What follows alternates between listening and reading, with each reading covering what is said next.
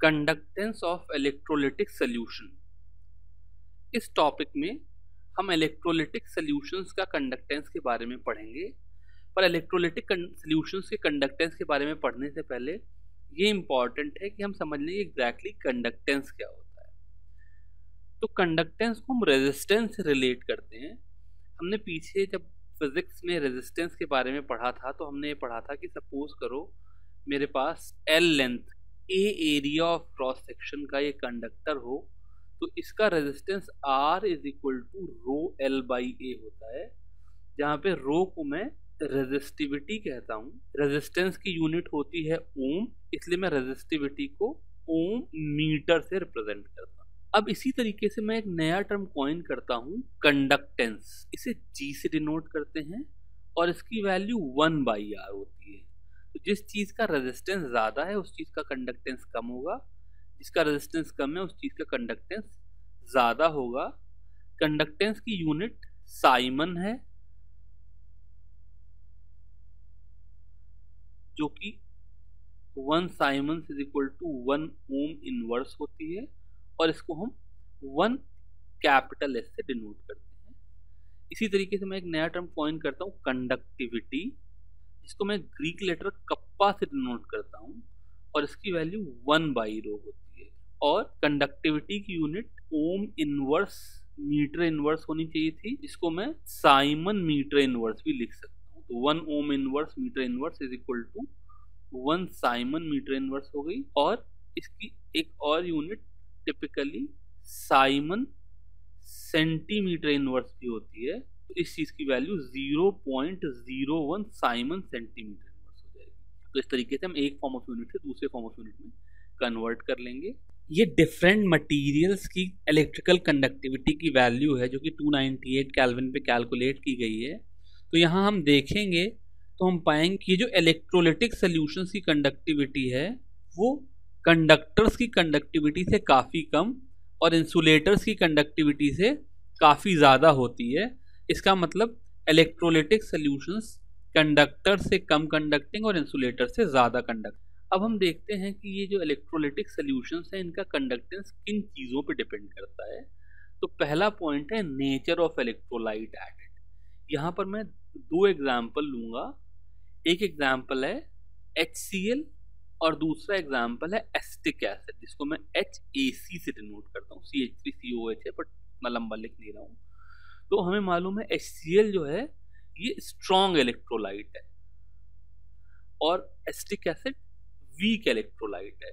इसका मतलब मान लो मैं 1 लीटर में 0.1 मोल HCl और 0.1 मोल एसिटिक एसिड डालूं तो HCl करीब करीब पूरा डिसोशिएट हो जाएगा, जबकि एसिटिक एसिड शायद 1% डिसोशिएट होगा। तो ये जो नेचर ऑफ इलेक्ट्रोलाइट में डिफरेंस है, ये इन दोनों की कंडक्टिविटी और कंडक्टेंस में डिफरेंस लेकर के आ जाएगा। दूसरा है size of the ions produced and their solvation.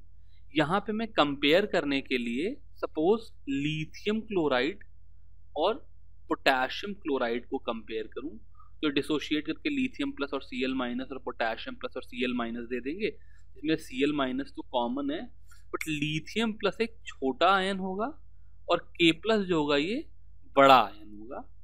तो लिथियम प्लस का साइज छोटा होने की वजह से इसका हाइड्रेशन ज्यादा होगा, और ज्यादा हाइड्रेशन होने की वजह से वाटर के मॉलिक्यूल इसको ज्यादा तेजी से पकड़ेंगे, तो जो लिथियम क्लोराइड है वो आसानी से मूव नहीं कर पाएगा, इसलिए लिथियम क्लोराइड की कंडक्टिविटी कम होगी। तीसरा फैक्टर है nature of the solvent and it's viscosity. अगर सॉल्वेंट की विस्कोसिटी ज्यादा होगी तो कंडक्टेंस पुअर होगा, अगर सॉल्वेंट की विस्कोसिटी कम होगी तो कंडक्टेंस ज्यादा होगा। फोर्थ पॉइंट है कंसंट्रेशन ऑफ द इलेक्ट्रोलाइट। अगर सपोज करो मेरे पास 0.1 मोलर HCl हो या 0.01 मोलर HCl हो, तो 0.1 मोलर HCl में जो नंबर ऑफ चार्ज पार्टिकल्स हैं वो ज्यादा होंगे, इसलिए इसकी कंडक्टिविटी और कंडक्टेंस 0.01 मोलर HCl से ज्यादा होंगे। फिफ्थ फैक्टर है टेम्परेचर। टेम्परेचर इंक्रीज करने के साथ कंडक्टेंस इंक्रीज करता है। तो तो इस तरीके से हाई टेम्परेचर पे जो इलेक्ट्रोलाइट होगा उसका कंडक्टेंस ज़्यादा होगा, लो टेम्परेचर पे सेम इलेक्ट्रोलाइट सेम कंसंट्रेशन में उसका कंडक्टेंस कम होगा। अब हम देखते हैं कि हम किसी इलेक्ट्रोलाइटिक सोल्यूशन का कंडक्टेंस कैसे मेजर करें और उसकी कंडक्टिविटी कैसे निकालें। तो कंडक्टेंस या कंडक्टिविटी मेजर करने के लिए पहले मुझे रेजिस्टेंस की ज़रूरत पड़ेगी, और रेजिस्टेंस मेजर करने के लिए मुझे इस इलेक्ट्रोलाइटिक सोल्यूशंस को किसी सेल में रखना होगा।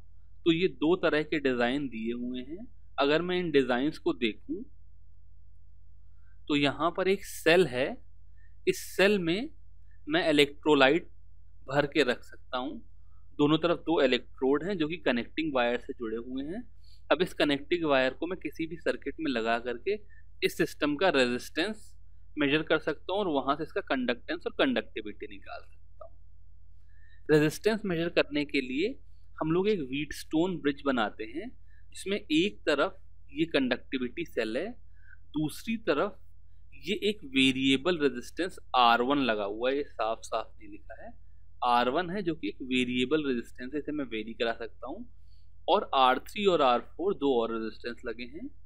यहाँ पर एक डिटेक्टर लगा है। अब for zero deflection in this detector, Wheatstone bridge का प्रिंसिपल हमको पता है, R1 by R2 should be equal to R3 by R4। तो मैं R1 को वेरी कराऊंगा और जीरो डिफ्लेक्शन की कंडीशन ले लूंगा। यहाँ से R2 जो कि मेरे कंडक्टिविटी सेल का रेजिस्टेंस है, इसकी वैल्यू आ जाएगी R1 R4 by R3। एक बार मेरे पास रेजिस्टेंस आ गया तो मैं इसका कंडक्टेंस निकाल सकता हूँ। G जो हो जाएगा वो 1 by R2 हो जाएगा। कंडक्टिविटी निकालने के लिए जो मेरा रिलेशन है वो है R is equal to 1 by kappa L by A लिखूंगा। तो यहाँ से मुझे क्या पता चलता है कि R into kappa is equal to L by A। अब मैं इस L और A को अलग अलग मेजर नहीं करता हूँ, मैं कहता हूँ किसी भी सेल के लिए ये L बाई A की वैल्यू एक कांस्टेंट होगी, जिसे मैं G स्टार से डिनोट करता हूँ, जो कि सेल कांस्टेंट कहलाता है। तो इस सेल में पहले मैं कोई एक नॉन इलेक्ट्रोलाइट सोल्यूशन लूंगा जिसका रेजिस्टेंस मेजर करूंगा। तो R1 मैंने मेजर कर लिया, कप्पा 1 मुझे पता है। फिर मैं अपना अननोन कंडक्टिविटी का सोल्यूशन लूंगा, उसका रेजिस्टेंस R2 निकाल लूंगा कंडक्टिविटी सेल में डाल करके, और उसकी कंडक्टिविटी मुझे पता नहीं है, ये कंडक्टिविटी अननोन है। तो यहां से K2 की value R1 K1 upon R2 से आ जाएगी। अब एक बार मेरे पास कंडक्टिविटी आ गई तो मैं उस कंडक्टिविटी को यूज करके मोलर कंडक्टिविटी निकाल लूंगा। Molar conductivity of a solution, इसे मैं लैम्डा m से डिनोट करता हूं, और इसकी वैल्यू कंडक्टिविटी बाई कंसंट्रेशन है। तो एक तरीके से कंडक्टिविटी पर यूनिट मोल है, लेकिन यहाँ पर जब मैं कंडक्टिविटी को कंसंट्रेशन से डिवाइड कर रहा हूँ तो एक छोटी सी प्रॉब्लम ये आ रही है कि कंडक्टिविटी या तो साइमन पर मीटर में लेते हैं या साइमन पर सेंटीमीटर में लेते हैं, जबकि कंसंट्रेशन हम टिपिकली मोल पर लीटर में लेते हैं। तो अगर मैं मीटर वाली यूनिट्स में काम कर रहा हूँ तो मेरी मोलर कंडक्टिविटी की वैल्यू साइमन मीटर स्क्वायर पर मोल होगी। कंडक्टिविटी की वैल्यू मैं साइमन पर मीटर में लूंगा, नीचे कंसंट्रेशन मुझको मोल पर मीटर क्यूब में चाहिए, तो जो मेरी मोलैरिटी है वो मोल पर लीटर में है, इसलिए इसको मैं डिनोमिनेटर में 1000 से मल्टीप्लाई कर दूंगा। तो जो मेरी मोलर कंडक्टिविटी आएगी उसकी वैल्यू हो जाएगी कप्पा बाई 1000 m, जहाँ पे m मोलैरिटी है। अगर मैं molar conductivity Simon centimetre square पर मोल में निकालना चाहूँ, यानी कि सेंटीमीटर वाली यूनिट में लेके चलूँ, तो मैं कप्पा की वैल्यू साइमन पर सेंटीमीटर में लूंगा, नीचे कंसंट्रेशन को अभी भी मोल पर लीटर में लूंगा, लेकिन चूंकि ऊपर साइमन पर सेंटीमीटर में है कप्पा, तो नीचे कंसंट्रेशन भी मोल पर सेंटीमीटर क्यूब में होना चाहिए था, इसलिए मैं मोलैरिटी को 1000 से डिवाइड कर दूंगा। ये जो 1000 से डिवाइड किया 1000 ऊपर चला गया, तो सीजीएस सिस्टम में जो लैम्डा की वैल्यू है वो हो जाती है कप्पा इंटू 1000 बाई मोलैरिटी। तो अगर मेरे पास साइमन सेंटीमीटर स्क्वायर पर मोल वाली यूनिट है तो न्यूमरेटर में 1000 चला जाएगा, और अगर साइमन मीटर स्क्वायर पर मोल वाली यूनिट है तो डिनोमिनेटर में आ जाएगा। ये दोनों यूनिट्स आपस में इंटर कन्वर्टेबल हैं। 1 साइमन मीटर स्क्वायर पर mole is equal to 10 to the power of 4 siemens centimetre square पर मोल। तो अगर मेरे पास एक फॉर्म ऑफ यूनिट हो तो मैं उसको दूसरे फॉर्म ऑफ यूनिट में कन्वर्ट करके निकाल सकता हूं। एक एग्जांपल देखते हैं। Resistance of a conductivity cell filled with 0.1 molar KCl solution is 100 ohm. If the resistance of same cell when filled with 0.02 molar KCl solution is 520 ohm, calculate the conductivity and molar conductivity of 0.2 molar KCl solution. Conductivity of 0.1 molar KCl solution is 1.29 Simon पर metre. तो दो चीजें पूछी गई हैं, पहली है conductivity और फिर है मोलर कंडक्टिविटी। तो हम क्या करेंगे, पहले कंडक्टिविटी निकालेंगे। कंडक्टिविटी निकालने के लिए इन्होंने क्या किया, 0.1 मोलर KCl सॉल्यूशन का रेजिस्टेंस भी दे दिया 100 ओम और इसकी कंडक्टिविटी भी दे दी 1.29 साइमन पर मीटर, और फिर 0.02 मोलर सॉल्यूशन का रेजिस्टेंस तो दे दिया लेकिन इसकी कंडक्टिविटी नहीं दी। तो जो कि cell constant G star is equal to R के होता है, यानी कि अगर मैं सेम सेल में ये एक्सपेरिमेंट कर रहा हूं तो रेजिस्टेंस इनटू कंडक्टिविटी की वैल्यू इक्वल होगी। तो R2 K2 की वैल्यू R1 K1 के इक्वल हो जाएगी। अब मुझे यहाँ पर R1 K1 R2 गिवन है, तो यहाँ से कंडक्टिविटी की वैल्यू हो जाएगी R1 K1 upon R2 which will be 100 into 1.29 upon 520, ये हो जाएगा 0.248 साइमन मीटर इनवर्स। अब मेरे पास 0.02 मोलर KCl सॉल्यूशन की कंडक्टिविटी आ गई। अब मोलर कंडक्टिविटी लैम्डा m निकालने के लिए मैं कप्पा बाई 1000 इंटू C वाला फॉर्मूला यूज करूंगा, बिकॉज मेरे पास कप्पा जो है वो साइमन पर मीटर में है और मैं मोलर कंडक्टिविटी जो मेरी निकल करके आएगी वो साइमन मीटर स्क्वायर पर मोल में निकल करके आएगी। तो यहां पर 0.248 अपॉन 1000 इंटू कंसंट्रेशन है 0.02, तो इसको सॉल्व करेंगे तो इसकी वैल्यू हो जाएगी 1.24 into 10 to the power of -2 siemens metre square पर मोल।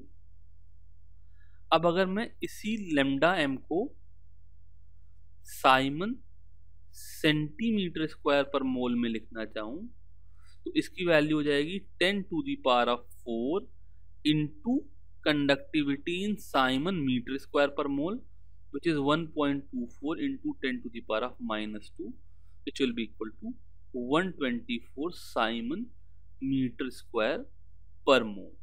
तो इस तरीके से मैं कंडक्टिविटी सेल में बिना कंडक्टिविटी सेल के डायमेंशंस को यूज किए एक दूसरे नॉन इलेक्ट्रोलाइट को यूज करके किसी अननोन इलेक्ट्रोलाइट की कंडक्टिविटी और कंडक्टेंस और मोलर कंडक्टिविटी सारी चीजें निकाल सकता हूं।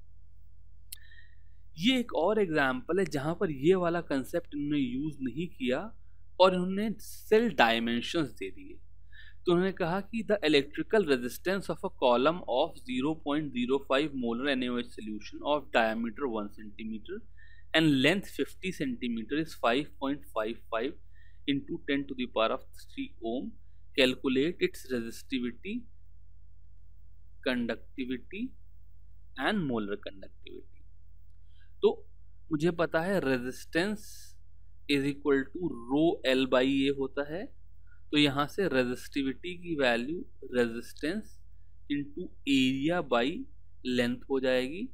रेजिस्टेंस इस कॉलम का 5.55 into 10 to the power of 3 given है। एरिया डायरेक्टली नहीं गिवन है पर कॉलम का डायामीटर गिवन है, तो एरिया जो हो जाएगा वो हो जाएगा पाई डी स्क्वायर बाई 4 और लेंथ 50 है। अब यहां पर मैंने जो लेंथ और एरिया के डायमेंशंस लिए हैं वो सेंटीमीटर में लिए हैं, जो रेजिस्टिविटी की वैल्यू आ जाएगी वो हो जाएगी 87 ओम सेंटीमीटर आ जाएगी। यहां से कंडक्टिविटी कप्पा की वैल्यू 1 बाई रो आ जाएगी 1.1 into 10 to the power of -2 siemens centimetre inverse. इस बार मैंने कंडक्टिविटी चूंकि साइमन सेंटीमीटर इनवर्स में निकाली है, इसलिए मैं molar conductivity lambda M directly siemens centimetre square पर मोल वाली यूनिट में निकाल लूंगा, जिसकी वैल्यू हो जाएगी इस बार कप्पा इंटू 1000 बाई सी। तो मैं फिर से याद करा दूं कि अगर मुझे साइमन सेंटीमीटर स्क्वायर पर मोल में मोलर कंडक्टिविटी निकालनी है तो मैं कप्पा को साइमन पर सेंटीमीटर में लेता हूं, इंटू 1000 बाई सी कर लेता हूं। अगर पिछली प्रॉब्लम की तरह से मुझे साइमन मीटर स्क्वायर पर मोल में कंडक्टिविटी निकालनी हो तो मैं कप्पा साइमन पर मीटर में लूंगा और अपॉन 1000 इंटू सी कर लूंगा। तो ये मेरा वैल्यू आ जाएगी 1.1 into 10 to the power of -2 into 1000 by 0.05, जिसकी वैल्यू हो जाएगी 220 साइमन सेंटीमीटर स्क्वायर पर मोल। और इसे मुझे अगर साइमन मीटर स्क्वायर पर मोल में कन्वर्ट करना है तो मुझे 10 टू द पावर ऑफ -4 से मल्टीप्लाई करना पड़ेगा into 220 which will be 2.2 into 10 to the power of -2 siemens metre square पर मोल। अब ये जो क्वांटिटी आई मोलर कंडक्टिविटी, ये कंडक्टिविटी बाई कंसंट्रेशन है। तो अगर कंडक्टिविटी कंसंट्रेशन से डायरेक्टली प्रोपोर्शनल होती तो कंडक्टिविटी बाई कंसंट्रेशन की वैल्यू यानी कि मोलर कंडक्टिविटी की वैल्यू कंसंट्रेशन के इंडिपेंडेंट होती। लेकिन ये मैंने ग्राफ बनाया है, एक्स एक्सिस पे मेरे पास कंसंट्रेशन का रूट है और वाई एक्सिस पे मोलर कंडक्टिविटी है। तो केसीएल मैंने एक तरह से एक स्ट्रॉन्ग इलेक्ट्रोलाइट का एग्जांपल लिया है, इसके लिए भी मोलर कंडक्टिविटी वेरी कर रही है। और एसिटिक एसिड, ये एक तरह से मैंने एक वीक इलेक्ट्रोलाइट का एग्जांपल लिया है, इसके लिए तो मोलर कंडक्टिविटी बहुत ही सिग्निफिकेंटली वेरी कर रही है।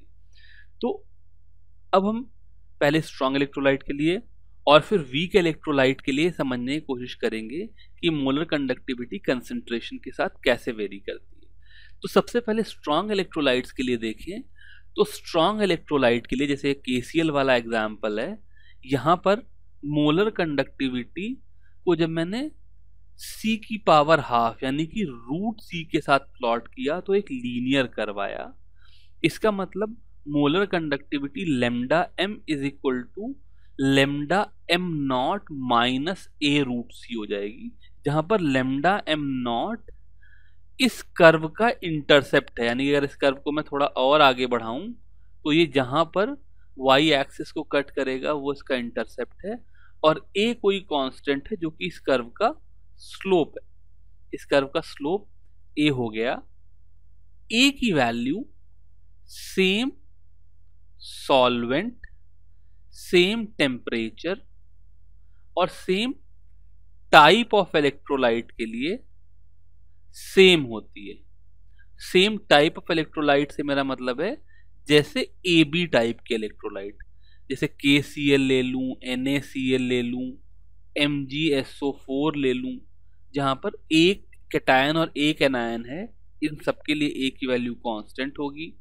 फिर AB2 टाइप के इलेक्ट्रोलाइट, जैसे मैं MgCl2 ले लूं, CaBr2 ले लूं, इन सब के लिए ए की वैल्यू अलग होगी। तो सेम टाइप के सॉल्वेंट में सेम टेम्परेचर पे सेम टाइप ऑफ इलेक्ट्रोलाइट के लिए ए की वैल्यू सेम होती है, और मोलर कंडक्टिविटी कंसंट्रेशन के साथ वेरी करती है।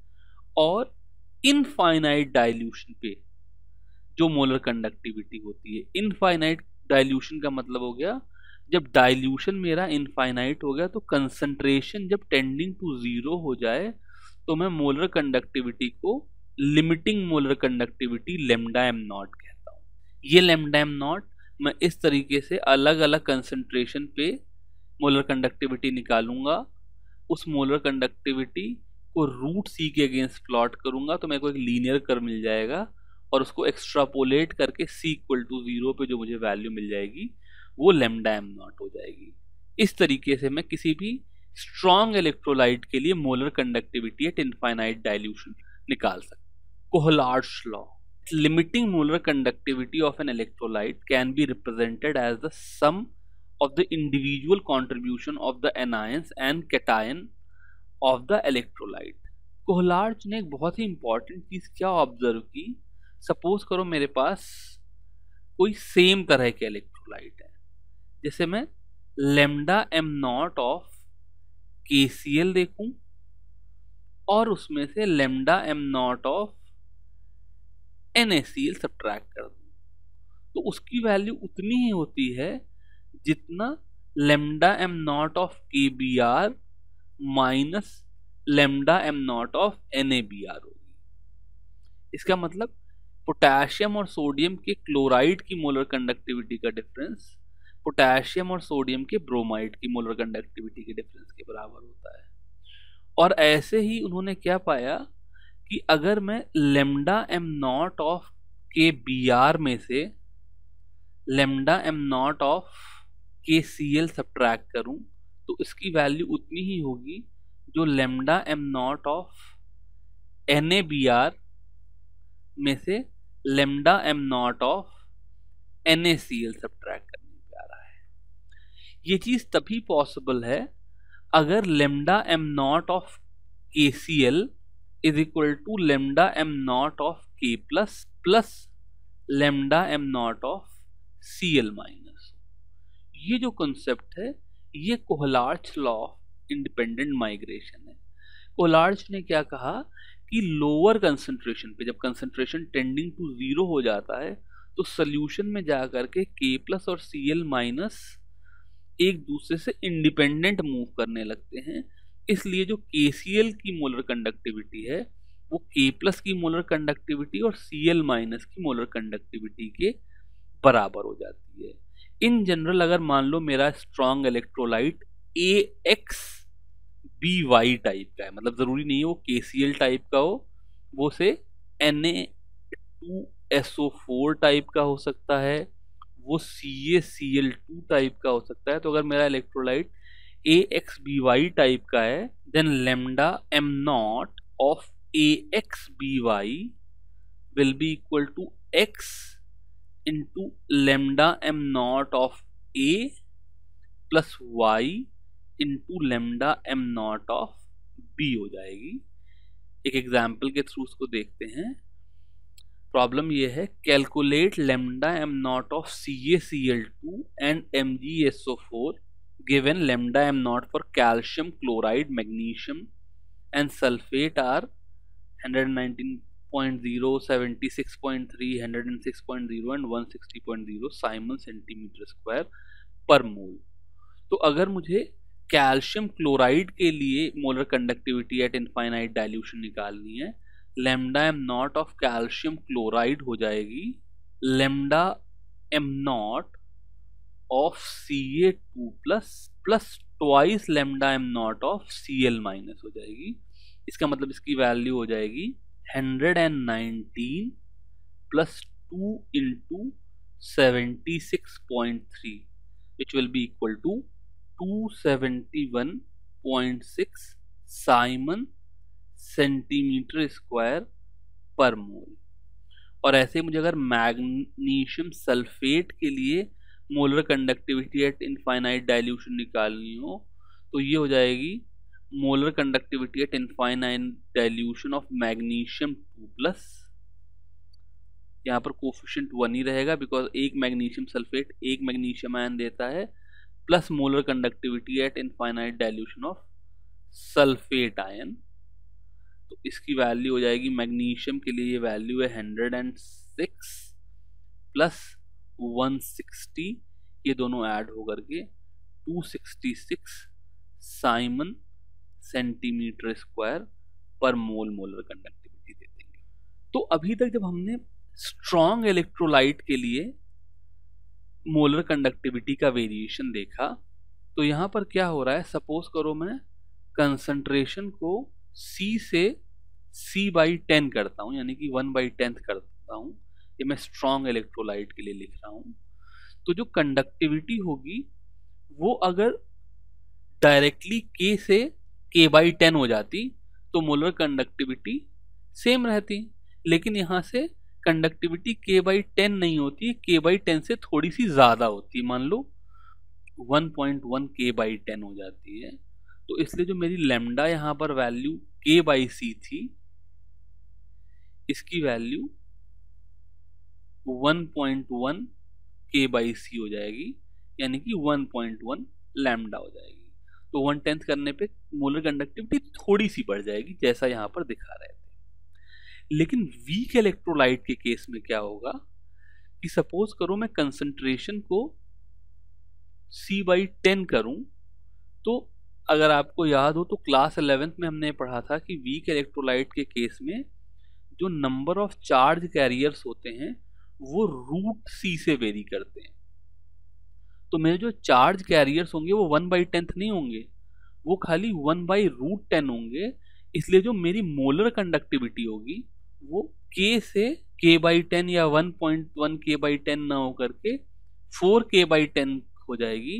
तो इसका मतलब जहां मेरा लैम्डा की वैल्यू K/C थी, वो एकदम से लैम्डा डैश की वैल्यू 4 K/C हो जाएगी, एकदम से 4 गुना बढ़ जाएगी। इसीलिए कंसंट्रेशन कम करने पे वीक इलेक्ट्रोलाइट की मोलर कंडक्टिविटी बहुत ही सिग्निफिकेंटली बढ़ती है। आप देखिए यहाँ पर एसिटिक एसिड के लिए यहाँ से यहाँ जाएंगे तो 0.4 से अगर मैं 0.04 जाऊं तो ये एकदम से लार्ज जंप आ गया वैल्यू।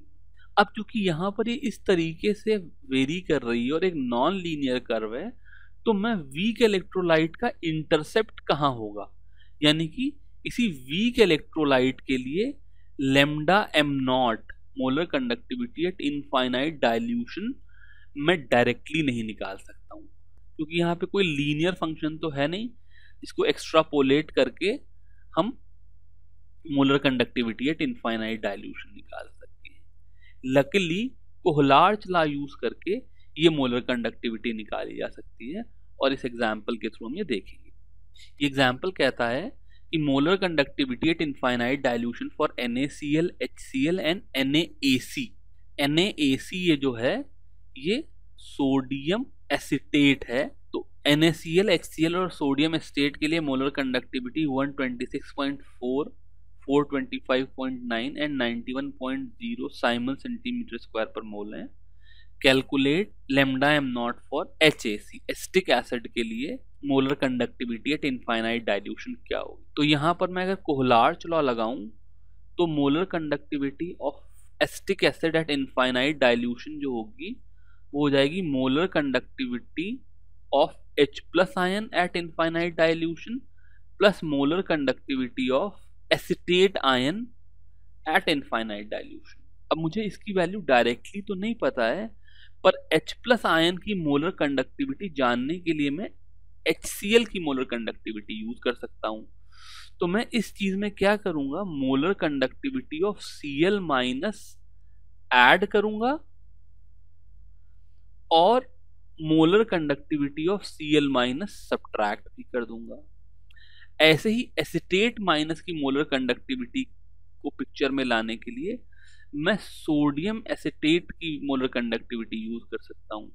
तो मैं क्या करूंगा, इस चीज में सोडियम प्लस की मोलर कंडक्टिविटी ऐड भी करूंगा और सोडियम प्लस की मोलर कंडक्टिविटी सब्ट्रैक्ट भी करूंगा। तो यहां से मेरे पास H प्लस और Ac माइनस की मुझे मोलर कंडक्टिविटी चाहिए थी, इसमें मैंने Cl माइनस ऐड किया, सब्ट्रैक्ट किया, Na प्लस ऐड किया, सब्ट्रैक्ट किया, तो मेरे पास ये 6 टर्म हो गए। इसमें अगर मैं H प्लस और Cl माइनस को एक साथ कपल कर लूं तो ये मोलर कंडक्टिविटी ऑफ HCl है, जो कि मेरे को पता है। अगर मैं Na प्लस और एसिटेट आयन को एक साथ क्लब कर लूं तो ये मेरे पास molar conductivity of sodium acetate है, ये भी मुझे पता है। और अगर मैं Cl माइनस और Na प्लस को एक साथ क्लब कर लूं तो ये मेरी मोलर कंडक्टिविटी ऑफ NaCl है, ये भी मुझको पता है। तो मैं ये कह सकता हूं कि molar conductivity of acetic acid eight infinite dilution is equal lambda m not of HCl plus lambda m not of sodium acetate minus lambda m not of NaCl। तो ये हो गया 425.9 प्लस 91.0 माइनस 126.4 जो कि हो जाएगा 390.5 साइमन सेंटीमीटर स्क्वायर पर mole. तो इस तरीके से मैंने एसिटिक एसिड की molar conductivity at infinite dilution निकाल ली। Application of Kohlrausch law. अब क्या कहते हैं, जब मुझे एसिटिक एसिड जैसे किसी वीक इलेक्ट्रोलाइट के लिए molar conductivity at infinite dilution मिल गई, ये कोई मेरे पास वीक इलेक्ट्रोलाइट है इसके लिए मुझे लैम्डा m नॉट मिल गई एट C टेंडिंग टू 0। अब मान लो इसी वीक इलेक्ट्रोलाइट का जब कंसंट्रेशन C हो तो इसकी मोलर कंडक्टिविटी लैम्डा m हो। तो हमें मालूम है वीक इलेक्ट्रोलाइट्स कंप्लीटली डिसोशिएटेड नहीं होते हैं और इनकी डिग्री ऑफ डिसोसिएशन अल्फा होती है। अब इस डिग्री ऑफ डिसोसिएशन अल्फा को निकालना हो तो मेरे पास कोहलॉर्ज लॉ को यूज करके एक बड़ा ही अच्छा तरीका ये आ गया कि अल्फा की value lambda m by lambda m not होगी, यानी कि जो मेरे C कंसंट्रेशन पे मोलर कंडक्टिविटी है उससे मैं अगर molar conductivity at infinite dilution जो जैसे एसिटिक एसिड के लिए भी मैंने 390.5 निकाली उससे डिवाइड कर दूं तो मुझे डिग्री ऑफ डिसोसिएशन मिल जाएगा। और डिग्री ऑफ डिसोसिएशन मिल जाए तो मुझे कई और चीज़ें मिल जाएंगी। जैसे मेरे पास सपोज करो एसिटिक एसिड का रिएक्शन है जिसका reaction CH3COH give CH3COO minus plus H plus होता है। इसका जो डिसोसिएशन कांस्टेंट Ka होता है इसकी वैल्यू हो जाती है, अगर इनिशियली एसिटिक एसिड C था, स्टेट 0 था, H प्लस 0 था, जब डिसोसिएशन होगा तो एसिटिक एसिड की value C into 1 minus alpha हो जाएगी, एस्टेट की वैल्यू C अल्फा और H प्लस की वैल्यू C अल्फा हो जाएगी। तो Ka की value C square alpha square upon C 1 minus alpha हो जाती है, जो कि C alpha square upon 1 minus alpha आ गई। तो अगर मुझको अल्फा मिल गया, C मुझको पता ही है, तो मैं इस एसिड का डिसोसिएशन कांस्टेंट निकाल दूंगा या pH निकाल दूंगा वगैरह वगैरह। इसको एक एग्जांपल से देखते हैं। Conductivity of 0.01028 molar acetic acid solution is 4.95 into 10 to the power of minus 5 Simon centimeter inverse. Calculate its dissociation constant if lambda m naught for acetic acid is 390.5 Simon centimeter square per mole। तो ये मैंने भी निकाला ये। तो मैं क्या करूँगा, पहले तो C कंसंट्रेशन पर मोलर कंडक्टिविटी निकालूंगा।